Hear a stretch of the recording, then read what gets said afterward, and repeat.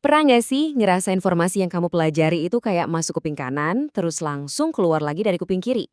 Nah, hari ini kita bakal bongkar rahasianya. Kita akan cari tahu apa sih sebenarnya gaya belajar kamu, dan gimana caranya ini bisa jadi kunci buat belajar lebih pintar, bukan cuma lebih giat. Udah ngabisin waktu berjam-jam buat baca, tapi rasanya kok gak ada yang nempel di otak. Atau mungkin penjelasan dosen di kelas tuh kayak angin lalu aja. Tenang, kamu gak sendirian. Jutaan orang juga ngerasain hal yang sama kok. Tapi, gimana kalau masalahnya itu bukan di kamu, tapi di caranya? Ada sebuah kerangka yang simple banget dan bisa jadi jawaban. Yuk, kita bedah 3 gaya belajar utama yang mungkin banget nentuin cara kerja otak kamu. Oke, kita bakal ngomongin soal VAK, visual, auditory, dan kinestetik. Mungkin kamu itu gabungan dari ketiganya, tapi biasanya nih ada satu yang paling dominan. Coba ya kita lihat kamu lebih cocok yang mana. Pertama, si visual. Ya, namanya juga visual. Mereka ini tim mata. Informasi itu paling gampang masuk lewat gambar, diagram, atau video. Mereka tuh seringkali bisa melihat lagi informasinya di kepala mereka pas lagi coba nginget-nginget. Terus, ada si auditori. Buat mereka, suara itu segalanya. Diskusi, dengerin podcast, atau bahkan ngerekam suara sendiri itu bisa jadi senjata rahasia. Coba deh bayangin ada orang yang lebih cepat hafal Al-Quran pas dengerin murattalnya dibanding cuma baca teksnya. Nah, itu dia kekuatan auditori. Dan yang terakhir, si tukang praktek alias pembelajar kinestetik. Mereka tuh nggak bisa diam aja. Mereka harus praktek, harus ngelakuin sesuatu, ngerakit, ngebongkar, coba-coba. Buat mereka, belajar itu aktivitas fisik, bukan cuma nyerap teori doang. Oke, cukup teorinya. Sekarang gimana cara pakainya di kehidupan nyata? Yuk, kita buka harta karun berisi tips-tips belajar yang bisa langsung kamu coba buat memaksimalkan potensi kamu. Kuncinya simpel banget kok. Kalau kamu visual, bikin catatanmu jadi seru dilihat pakai warna-warni dan gambar. Kalau auditori, coba rekam materi terus dengerin lagi.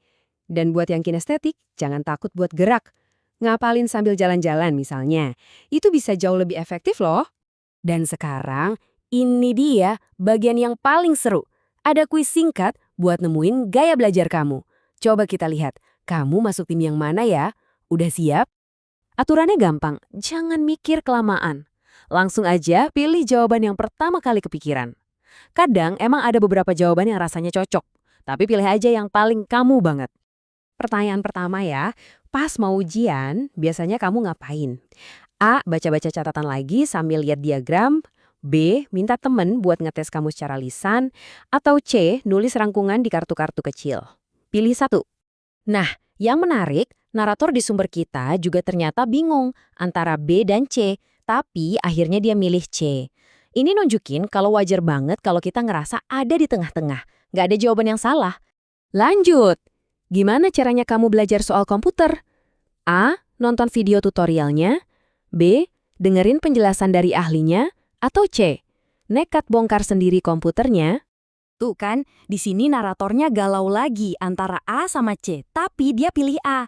Lihat polanya kan, kita tuh seringnya emang nggak cuma satu tipe tapi campuran yang unik. Pertanyaan terakhir, kita lihat dari sisi lain ya. Apa sih yang paling gampang bikin konsentrasi kamu buyar?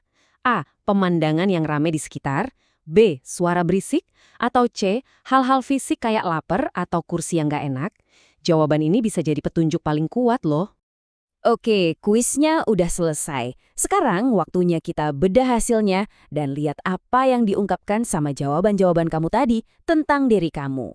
Cara bacanya gampang banget. Coba hitung jawaban A, B, sama C kamu ada berapa. Kalau banyakan A, kemungkinan besar kamu visual. Banyakan B, kamu auditori. Dan kalau banyakan C, ya kamu kinestetik. Tapi, nah ini nih yang paling penting. Jangan panik kalau jawaban kamu campur aduk. Wajar banget kalau jadi kombinasi. Ingat, ini tuh bukan label, tapi kayak peta. Tujuannya bukan buat ngurung kamu di satu kotak, tapi nunjukin semua jalan yang bisa kamu lewatin. Coba kita intip lagi hasil akhir si narator tadi. Wah, hasilnya menarik banget. 7 jawaban A dan 7 jawaban B. C-nya cuma 2. Imbang banget. Ini contoh sempurna dari pembelajar hibrida. Jadi, apa kesimpulannya? Dia itu tipe pembelajar visual auditori.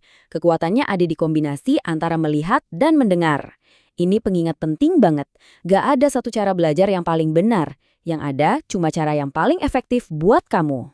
Nah, sekarang giliran kamu. Setelah tahu semua ini, kira-kira ada satu hal kecil gak yang bakal kamu ubah besok? Cuma satu langkah kecil aja buat bikin proses belajar kamu jadi lebih gampang, lebih efektif, dan siapa tahu lebih seru. Coba deh pikirin.